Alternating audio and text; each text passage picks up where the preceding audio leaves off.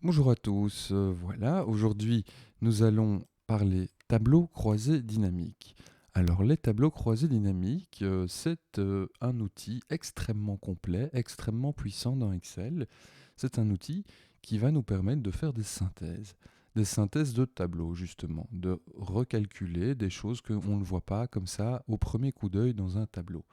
Donc c'est un outil de synthèse mathématique et statistique. Alors les plus pertinents d'entre vous se diront, mais des synthèses, on en a déjà fait plein, hein, puisqu'on a vu la somme, somme si, moyenne, moyenne si, NB, NB val, NB si, NB vide. Ben oui, toutes ces fonctions qu'on a appris à utiliser de façon manuelle sont intégrées dans l'outil du tableau croisé dynamique. Et vous allez voir que le tableau croisé dynamique est extrêmement simple d'utilisation. Alors, les plus colériques d'entre vous, ben, je leur réponds que si on n'a pas vu le tableau croisé dynamique dès le début, c'est parce qu'on a dû apprendre à faire manuellement des fonctions pour bien comprendre non seulement comment fonctionne la syntaxe des fonctions dans Excel, mais aussi pour bien comprendre ce qu'on fait tout simplement. Le sens des choses, c'est toujours très important dans Excel. Et là, on va voir que quand on va créer des tableaux croisés dynamiques, bah, si on n'a pas acquis le sens au préalable, ben, c'est un petit peu compliqué. Sauf que ben, vous allez voir, c'est peut-être un peu compliqué d'un point de vue du sens, mais d'un point de vue de la méthode et l'application technique pure, vous allez voir que c'est d'une simplicité affligeante. Donc aujourd'hui, les tableaux croisés dynamiques. Tableaux, vous aurez compris pourquoi, puisqu'on travaille avec des tableaux et le tableau croisé dynamique va lui-même être un tableau. Croisé, ben, parce qu'on va croiser des informations, hein, des champs, comme on dit dans le langage d'Excel. Vous avez l'habitude maintenant.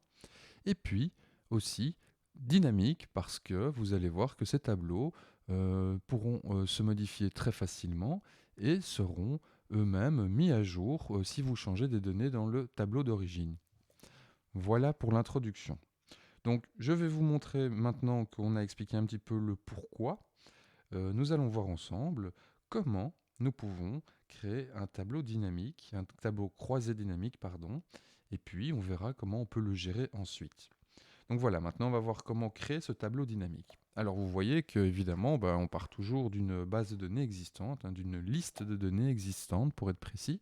Alors ici, nous avons une liste de données que nous avions déjà rencontrées pour faire des exercices. Nous avons un champ avec des mois, nous avons un champ avec des régions, nous avons un champ qui contient des appellations et un dernier champ qui contient des chiffres d'affaires. Alors on voit que cette liste de données est fort longue, mais ça ne change rien, qu'elle soit petite ou longue, vous verrez que ça ne rend pas la création d'un tableau croisé dynamique plus compliqué. Alors quand on veut créer un tableau croisé dynamique, pour ça, il faut aller dans l'onglet Insertion. Et vous voyez que dans l'onglet Insertion, tout en haut à gauche, vous avez Tableau croisé dynamique. C'est bien de ça dont il s'agit. Alors un tableau croisé dynamique donc va s'insérer comme une image, une forme, etc. Et en général, ce qu'on fait pour éviter de marcher sur le tableau d'origine, c'est qu'on va se mettre dans une feuille de calcul à part et on va se mettre à l'endroit, on va mettre notre curseur dans la cellule dans laquelle on veut que le tableau croisé dynamique commence. Donc on évite de se mettre là parce que sinon vous allez vous retrouver avec plein de vide sur la gauche et puis votre tableau croisé dynamique qui commence beaucoup trop à droite. Donc moi je vais me mettre par exemple ici pour aérer un petit peu. Je vais faire insertion et vous voyez ici vous avez tableau croisé dynamique. En passant, il y a aussi graphique croisé dynamique qu'on ne verra pas ensemble, mais qui fonctionne de la même façon, mais exactement de la même façon que le tableau croisé dynamique. Si vous savez faire un tableau croisé dynamique, on peut quasiment dire que vous pouvez faire un graphique croisé dynamique. Donc ici, je vais cliquer sur tableau croisé dynamique, et qu'est-ce qu'on voit? On a une fenêtre qui s'ouvre et qui nous demande simplement de sélectionner la table, le tableau qui contient toutes les valeurs. Donc, c'est très simple. Ici, vous voyez, sélectionner un tableau ou une plage, hein, sous-entendu de cellules. Je vais cliquer là, pour être bien sûr, et je vais simplement aller dans la feuille de calcul qui contient mon tableau. Je vais me mettre en plein milieu de ce tableau et faire le raccourci clavier préféré, c'est le CTRL A. Hein. Quand on fait CTRL A, on sélectionne tout le tableau. Si vous ne faites pas CTRL A, vous devrez sélectionner vous-même tout le tableau comme ceci, ce qui est un petit peu plus rébarbatif. Une fois que c'est fait, simplement cliquez sur OK. Ne retournez pas dans la feuille de calcul d'origine dans laquelle vous avez cliqué sur Insérer, parce que sinon, ici, les références de ce livre vont être modifiées. Donc on reste bien ici et directement on fait OK. Voilà. Quand on fait OK, qu'est-ce qu'on constate? Que directement, Excel nous ramène à la feuille dans laquelle on a bien inséré notre tableau croisé dynamique, qui pour l'instant est vide évidemment. Et on voit bien que la cellule que j'avais sélectionnée tout à l'heure, elle est bien le coin supérieur gauche de ce tableau croisé dynamique. Ça, c'est une première chose. Deuxième chose, qu'est-ce qu'on constate? On constate ici que Excel nous a créé un volet sur le côté droit, volet qui contient dans cette zone-ci les différents champs qu'on retrouve dans notre tableau d'origine. Hein. Vous voyez mois, région, appellation, chiffre d'affaires en euros. Donc on a bien les 4 champs qu'il y avait dans notre liste de données. Hein. Si on regarde, les champs sont ici. Et si on va voir dans notre volet droit, mois, région, appellation, chiffre d'affaires en euros, il y a tous les champs. Alors, ça donc ce sont la liste des champs, c'est la liste des champs, pardon, et ici c'est l'endroit où on va glisser les champs en fonction de ce qu'on veut faire. Donc tout simplement, regardez, par exemple, je voudrais, à partir du tableau qui est ici, je voudrais calculer le chiffre d'affaires en euros pour chaque appellation. Donc on voit qu'on a différentes appellations.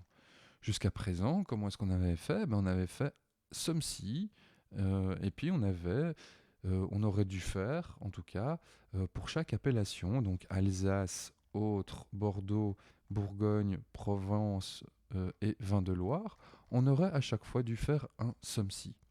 Ce qui aurait été un petit peu rébarbatif, comme je le disais tout à l'heure. Avec le tableau croisé dynamique, vous allez voir qu'en glissant simplement les champs aux endroits désirés, Excel va calculer tout ça instantanément et automatiquement. Donc je disais, pour ce premier exemple, je vais calculer le chiffre d'affaires par appellation. Donc le chiffre d'affaires, c'est ce qu'on veut calculer. Alors toutes les choses que l'on veut calculer, on va simplement aller les mettre, on va cliquer et le glisser dans les valeurs. Ici, la fenêtre valeur, c'est toutes les choses que vous voulez calculer. D'accord? Et regardez, maintenant que j'ai glissé mon chiffre d'affaires dans la case valeur, regardez, il me donne déjà en fait le total général du chiffre d'affaires. Pour l'instant, ce chiffre d'affaires, c'est comme si on avait fait une somme globale, hein, un total général de toute la colonne de tous les chiffres d'affaires. Donc ici, c'est une somme toute simple. Nous, maintenant, ce qu'on veut faire, c'est faire des sous-totaux, comme on l'a vu au cours précédent. On veut faire des sous-totaux ou aussi, comme on l'a vu il y a longtemps, des sommes-ci. C'est-à-dire qu'on voudrait ici calculer le chiffre d'affaires par appellation. On veut, pour chaque appellation, un chiffre d'affaires intermédiaire qui constitue le chiffre d'affaires total. Donc, appellation, c'est le champ qui nous intéresse ici, puisque je veux le total par chiffre d'affaires. Je vais le glisser soit dans les étiquettes de ligne, soit dans les étiquettes de colonne. Et regardez ce qui se passe. Si je le mets en étiquette de ligne, déjà, on a quelque chose de tout à fait propre, de tout à fait cohérent. Nous avons ici les différentes appellations. Et puis, il nous met total général. Ici, nous avons le chiffre d'affaires donc pour chaque appellation. Et nous avons également le total général. Donc vous voyez que là, nous avons fait 1, 2, 3, 4, 5, 6. 6 sommes-ci, ou bien un sous-total composé de 6 groupes. Tout ça simplement en glissant le champ appellation dans les étiquettes de ligne. Alors, juste pour vous montrer, il n'y a pas vraiment d'importance, elle est juste visuelle, on va dire d'un point de vue de l'organisation. On peut très bien mettre le champ appellation dans les étiquettes de colonnes, mais vous voyez que ça fonctionne, les résultats sont les mêmes, mais c'est un petit peu moins lisible. Je trouve qu'un tableau horizontal comme ceci n'est pas très lisible. Personnellement, je préfère de loin l'aspect visuel d'un tableau avec ici, sur une colonne, les différentes appellations. Alors jusqu'à présent, ce tableau croisé dynamique n'est pas encore vraiment croisé. Bon, on a quand même croisé les chiffres d'affaires et les appellations, mais ce qui rend le tableau croisé dynamique très puissant, c'est le fait que l'on va pouvoir mettre autant de champs que l'on veut pour croiser les données. Alors regardez, admettons, je voudrais dans ce cas-ci, donc le chiffre d'affaires en euros par appellation, ça c'est déjà le cas, et aussi par région. Et bien simplement, je vais prendre les régions et les mettre dans l'autre type d'étiquette. Si j'ai déjà mis des choses dans les étiquettes de ligne, en général, je vais mettre dans les étiquettes de colonne l'autre champ. Et regardez, cette fois-ci, nous avons bien affaire à un tableau croisé dynamique, puisque nous avons ici croisé les appellations avec ici les régions. Et de nouveau, ce qu'il a fait Excel, c'est qu'il a calculé tous des sous-totaux intermédiaires en croisant les champs Alsace, Nord-Ouest, par exemple. Donc le sous-total des vins d'Alsace Nord-Ouest est de 3408. Le sous-total des autres vins au Nord-Ouest, c'est 2695. Les Bordeaux Nord-Ouest, 3628, etc. Et donc ici, il nous a calculé un total pour le Nord-Ouest uniquement. Pour le Sud-Est, pour le Sud-Ouest, et puis un total général. Même chose, si on le lit dans le sens comme ceci, ben là on voit qu'il nous a fait un total pour l'Alsace comprenant nord-est, nord-ouest, sud-est et sud-est, et on voit que nous avons bien un total général aussi de façon horizontale. Les totaux, si on additionne tout ceci ou si on additionne tout ceci, ben évidemment ce sont les mêmes chiffres répartis différemment en fonction des catégories des champs, et nous avons donc toujours un même total.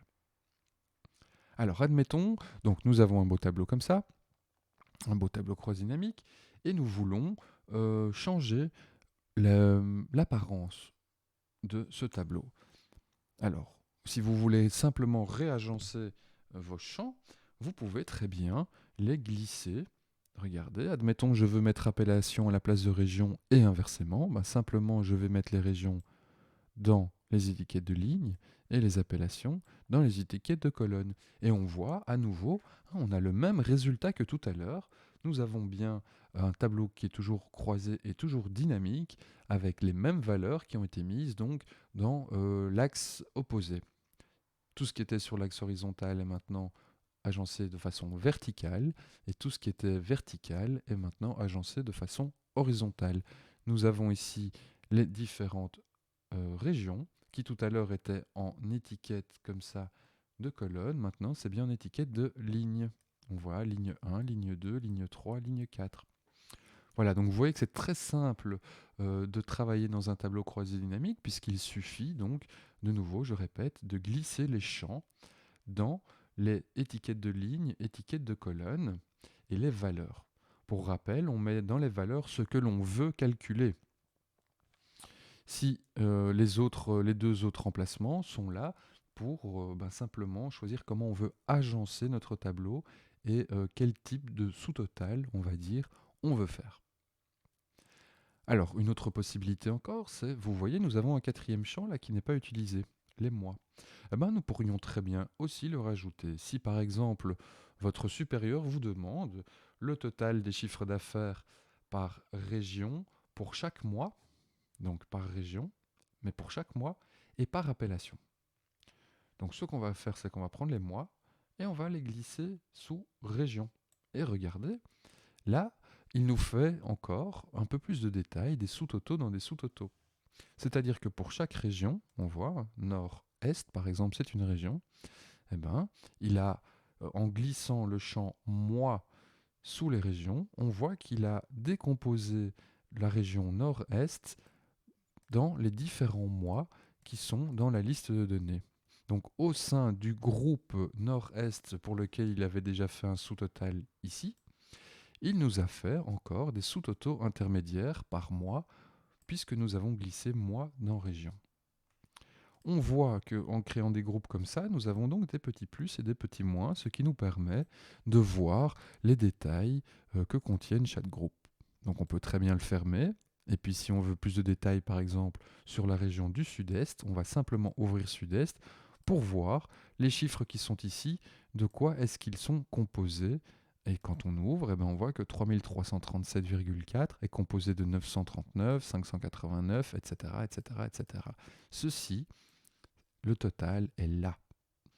Ici, son total, le total de toutes ces cellules, c'est ça. Voilà. Donc, c'est très pratique. Et si jamais vous trouvez de nouveau que c'est pas génial et que vous voulez l'agencer autrement, bah regardez, on va prendre les régions et les mettre à la place des mois. Et inversement, donc les mois vont être à la place des régions. Bah regardez bien ce qui va se passer. Tout à l'heure, nous avions donc 4 grands groupes qui étaient nord-est, nord-ouest, est et ouest, qui contenaient chacun des mois. Bah maintenant, c'est l'inverse. Chaque mois est divisé par les 4 régions. Hein, janvier, nous avons les 4 régions. Février, nous avons les 4 régions. Et donc maintenant, janvier, février, etc. sont devenus les groupes, on va dire les groupes mères. Je le refais dans l'autre sens. Si je remets les mois en dessous des régions, ben on voit que c'est les régions qui sont les groupes mères. Et ces groupes mères est composé d'enfants, on va dire, ce sont les mois. Si je mets les régions en dessous de mois, ben on voit que c'est bien l'inverse. Les mois sont composés, sont eux-mêmes les groupes mères qui sont composés d'enfants qui sont les différentes régions. Donc vous voyez de nouveau en glissant simplement les champs comme ça d'une fenêtre à l'autre, vous avez la possibilité de créer des tableaux très complexes et de façon très simple surtout.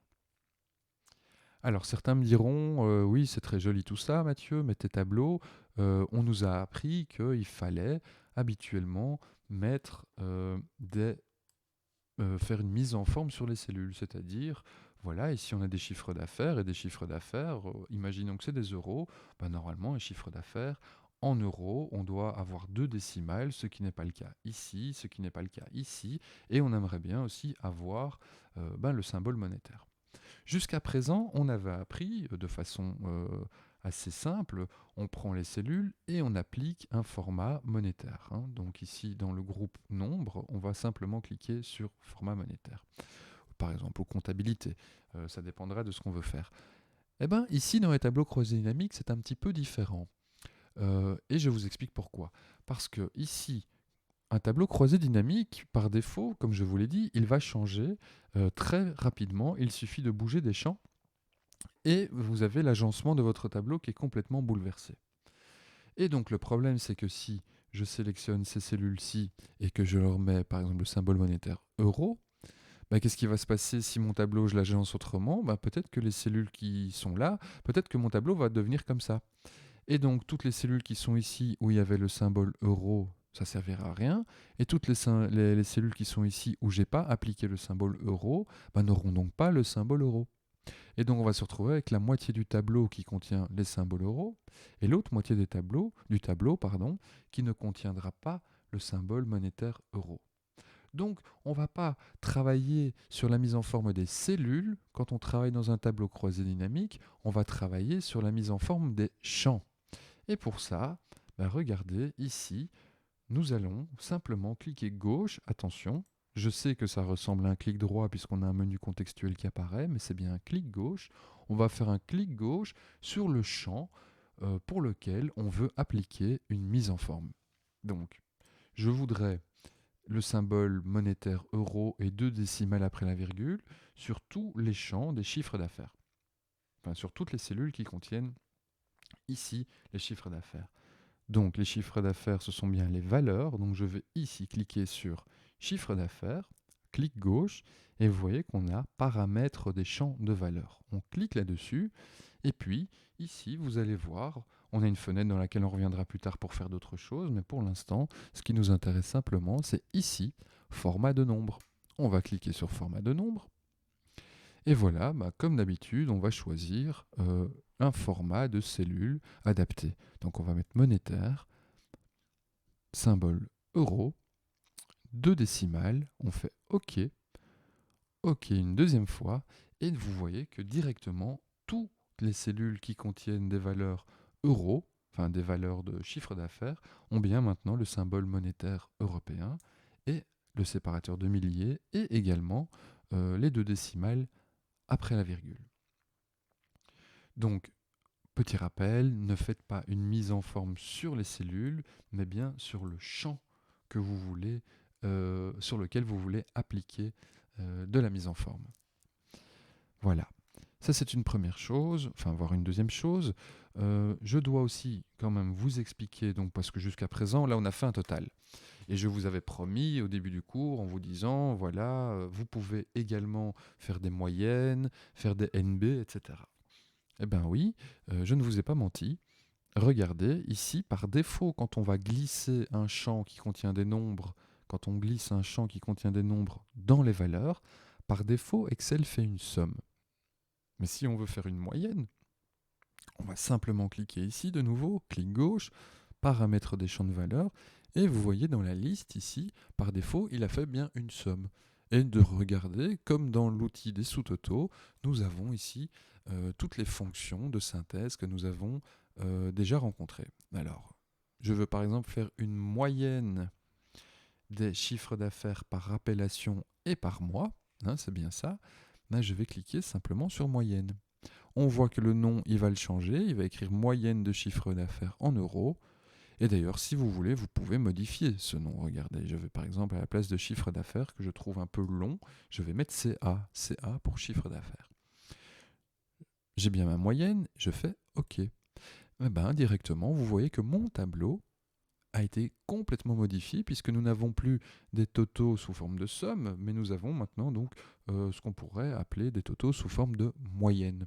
On a bien des sous-totaux par région, par appellation, pardon, pour chaque mois.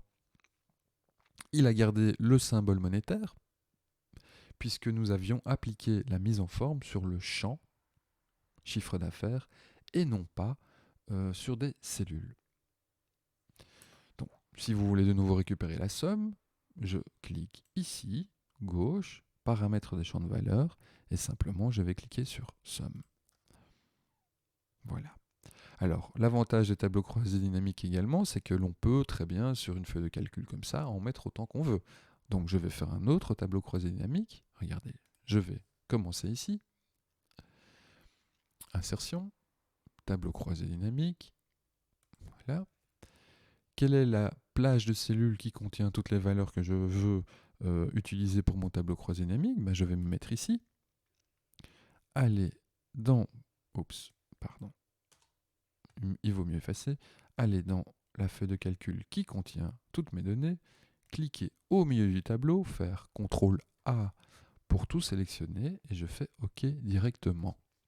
Voilà, ben on voit, il nous a créé un nouveau patron, on va dire, pour mon tableau croisé dynamique. Donc, à nouveau, je vais ici, par exemple, donc j'ai mes champs et j'ai de nouveau mes 4 fenêtres. Donc, ici, je vous ai montré dans ce tableau croisé dynamique que quand on met des chiffres dans les valeurs, bah, par défaut, il fait une somme. Je vais vous montrer maintenant que quand on met autre chose qu'un champ chiffré, je vais vous montrer ce que fait Excel par défaut. Donc, admettons, je vais mettre les mois en étiquette de ligne.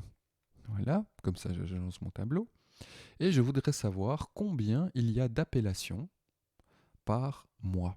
Bon, l'exercice en soi n'a pas beaucoup de sens. L'exemple que je vous montre ici n'a pas beaucoup de sens, mais c'est pour vous montrer ce que ça donne dans le tableau. Regardez, je vais prendre les appellations. Donc ici, ce que je veux calculer, c'est le nombre d'appellations qu'il y a. Donc si je veux calculer le nombre d'appellations, c'est bien les appellations que je vais devoir aller mettre dans les valeurs. Et regardez, si on va voir dans notre liste de données, les appellations, c'est du texte. Et donc, par défaut, Excel, qu'est-ce qu'il fait avec un champ textuel? Eh bien, il ne fait pas une somme, il fait la fonction NB. Mais oui, et c'est tout à fait logique, puisque regardez, si je demande de faire une somme, j'obtiens 0. Et c'est logique, puisque Alsace plus Alsace plus Alsace plus autre, etc., ça fait 0. Ce ne sont pas des nombres, donc il ne sait pas faire de calcul sous forme de somme. Par contre, il peut dénombrer le nombre de fois qu'il a trouvé le mot Alsace, le mot etc., le mot machin. Donc ici, je vais laisser nombre, et voilà, et il nous dit que pour janvier, il en a trouvé 24, etc. Ça va ? Donc nous avons toujours ici la fenêtre valeur dans laquelle vous mettez les champs que vous voulez calculer. Dans les deux autres emplacements ici, étiquette de colonne et étiquette de ligne, vous mettez les champs que vous voulez utiliser pour agencer votre tableau. Alors je vais revenir à mon premier exemple pour vous montrer encore ici le filtre. Donc nous avons un tableau croisé dynamique, rempli de données, et je le trouve un petit peu trop complexe, surtout que parfois on me demande d'aller chercher dans ce tableau des informations, et c'est vrai que là j'ai un petit peu du mal. Et par exemple on me dit c'est très bien comme tableau, mais si j'aimerais bien que tu me montres juste pour une région, je voudrais que ce tableau reprenne toutes les valeurs pour une seule région. Alors jusqu'à présent, nous avons nos appellations en étiquette de colonne et nos mois en étiquette de ligne. Et donc les régions ne sont pas encore elles ne sont pas du tout prises en compte. Notre tableau, pour l'instant, il est aveugle de tout critère de région. Alors regardez, je vais prendre les régions et les mettre dans ce qu'on appelle le filtre du rapport. C'est simplement un filtre, hein. Il ne faut pas chercher plus loin. Regardez ce qu'il a fait au-dessus du tableau croisé dynamique que nous avions fait en premier. Il nous a créé ici une petite zone dans laquelle il a écrit région. Et ici, on va pouvoir, comme on l'a déjà vu dans les filtres, choisir la région pour laquelle on veut que notre tableau de synthèse affiche les valeurs.